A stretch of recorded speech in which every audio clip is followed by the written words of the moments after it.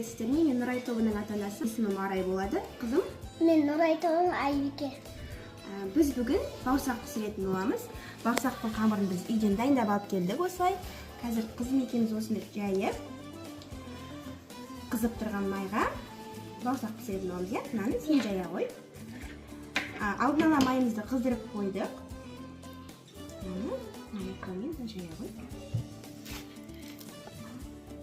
Міне біз қамырымызды жайып алдық. Енді қамырымызды кесейік.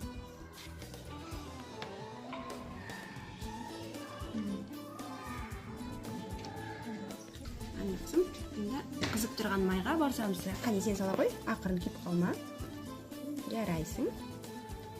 Ал енді қара бауырсақтарымыз көтеріліп келе жатыр. Мінекей қызым, бауырсақтарымыз да пісіп бітті. Түсірейік.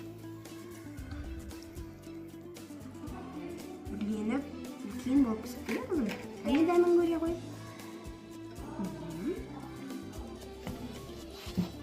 Штеке, мама. Аз болсын. Біз енді қызымыз екеуміз құрт жасайтын боламыз.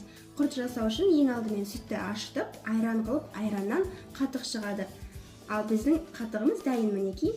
Қатығымызға сәл тұз қосып, міне қызым бірге араластырайық. Қазір кішкентай дөңгелек құрт жасайтын боламыз.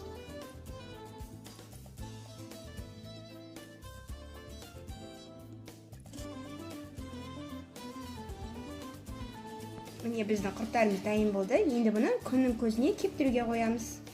Мінекей қызым, біздің кептірген құрттарымыз дайын болды. Кәнекей дәмін көре қой.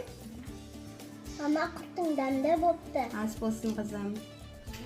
Ал балалар, екінші кезең бойынша ойын тапсырмалары. Сендердің алуларыңа берілген тапсырмалар ұлттық тағамдарды тауып өз текшелеріне орналастырыңдар.